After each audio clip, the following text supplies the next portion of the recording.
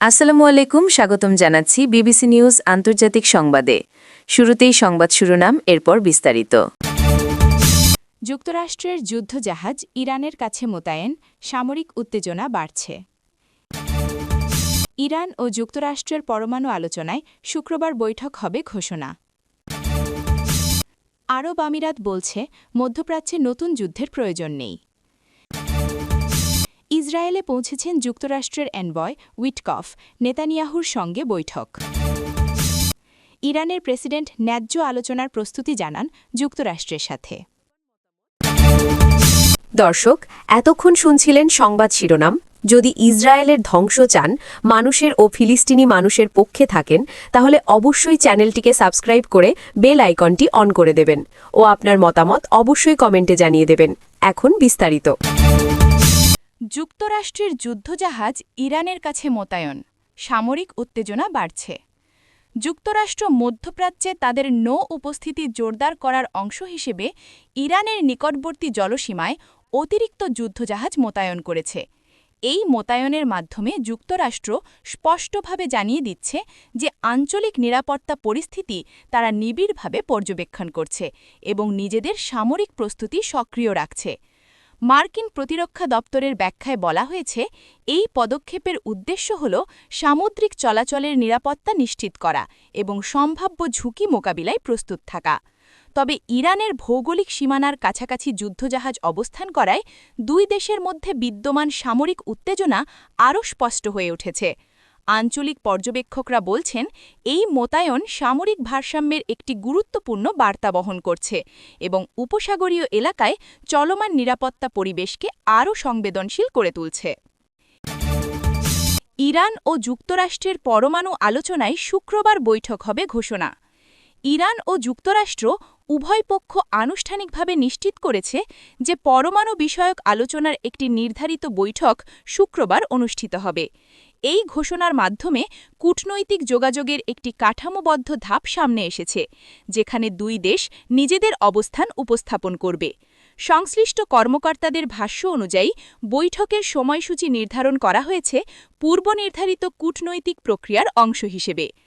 আলোচনার কাঠামো, অংশগ্রহণকারীদের পর্যায় এবং আলোচ্য সূচি সম্পর্কে সীমিত তথ্য জানানো হলেও এটি স্পষ্ট যে পরমাণু ইস্যুতে সরাসরি যোগাযোগ অব্যাহত রয়েছে। আন্তর্জাতিক মহলে এই বৈঠককে চলমান কূটনৈতিক যোগাযোগের একটি আনুষ্ঠানিক ধাপ হিসেবে দেখা হচ্ছে, যেখানে উভয় পক্ষ নিজেদের নীতিগত অবস্থান তুলে ধরবে।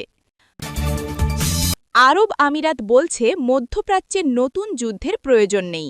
সংযুক্ত আরব আমিরাত মধ্যপ্রাচ্যের বর্তমান পরিস্থিতি নিয়ে প্রকাশ্যে অবস্থান নিয়ে জানিয়েছে যে এই অঞ্চলে নতুন কোনো যুদ্ধের প্রয়োজন নেই।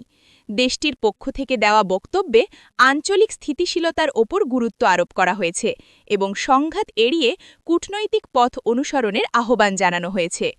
আমিরাতের কর্মকর্তারা বলেছেন, চলমান উত্তেজনার প্রেক্ষাপটে শান্তি ও সংযম বজায় রাখা অঞ্চলটির সামগ্রিক নিরাপত্তার জন্য জরুরি। এই বক্তব্য মধ্যপ্রাচ্যের বিভিন্ন পক্ষের প্রতি একটি রাজনৈতিক বার্তা হিসেবে বিবেচিত হচ্ছে, যেখানে সংঘাতের পরিবর্তে আলোচনাকে অগ্রাধিকার দেওয়ার কথা বলা হয়েছে। কূটনৈতিক বিশ্লেষকদের মতে, এমন প্রকাশ্যে অবস্থান আঞ্চলিক দেশগুলোর মধ্যে ভারসাম্যপূর্ণ ভূমিকা রাখার একটি প্রচেষ্টা নির্দেশ করে। ইসরায়েলও পৌঁছেছেন যুক্তরাষ্ট্রের বিশেষ দূত স্টিভ উইটকফ এবং দেশটির প্রধানমন্ত্রী বেনিয়ামিন নেতানিয়াহুর সঙ্গে বৈঠক করেছেন। এই সফরটি নির্ধারিত কূটনৈতিক যোগাযোগের অংশ হিসেবে অনুষ্ঠিত হয়েছে বলে সংশ্লিষ্ট সূত্রগুলো জানিয়েছে। বৈঠকে আঞ্চলিক নিরাপত্তা পরিস্থিতি, চলমান রাজনৈতিক সমন্বয় এবং পারস্পরিক কূটনৈতিক স্বার্থসংশ্লিষ্ট বিষয়গুলো আলোচনায় এসেছে। যুক্তরাষ্ট্র ও ইসরায়েলের মধ্যে বিদ্যমান ঘনিষ্ঠ কৌশলগত সম্পর্কের প্রেক্ষাপটে এই বৈঠককে নিয়মিত উচ্চ পর্যায়ের যোগাযোগের অংশ হিসেবে দেখা হচ্ছে। সফরের সময়সূচি ও আলোচনার বিষয়বস্তু সম্পর্কে আনুষ্ঠানিকভাবে সীমিত তথ্য প্রকাশ করা হলেও এটি স্পষ্ট যে দুই দেশের মধ্যে সরাসরি সমন্বয় অব্যাহত রয়েছে।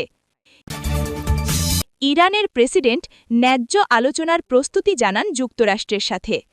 ইরানের প্রেসিডেন্ট প্রকাশ্যে ঘোষণা দিয়েছেন যে যুক্তরাষ্ট্রের সঙ্গে ন্যায্য আলোচনায় অংশ নিতে তার দেশ প্রস্তুত রয়েছে। এই বক্তব্যে তিনি আলোচনার ক্ষেত্রে পারস্পরিক সম্মান ও সমতার ওপর জোর দিয়েছেন। প্রেসিডেন্টের ভাষ্য অনুযায়ী যে কোনো আলোচনা হতে হবে নির্দিষ্ট নীতিমালার ভিত্তিতে এবং উভয় পক্ষের স্বার্থ বিবেচনায় রেখে। এই ঘোষণাকে ইরানের আনুষ্ঠানিক অবস্থানের একটি স্পষ্ট উপস্থাপন হিসেবে দেখা হচ্ছে, যেখানে তারা কূটনৈতিক প্রক্রিয়ায় নিজেদের শর্ত ও দৃষ্টিভঙ্গি তুলে ধরছে। আন্তর্জাতিক পর্যায়ে এই বক্তব্যকে চলমান কূটনৈতিক যোগাযোগের একটি আনুষ্ঠানিক ধাপ হিসেবে পর্যবেক্ষণ করা হচ্ছে।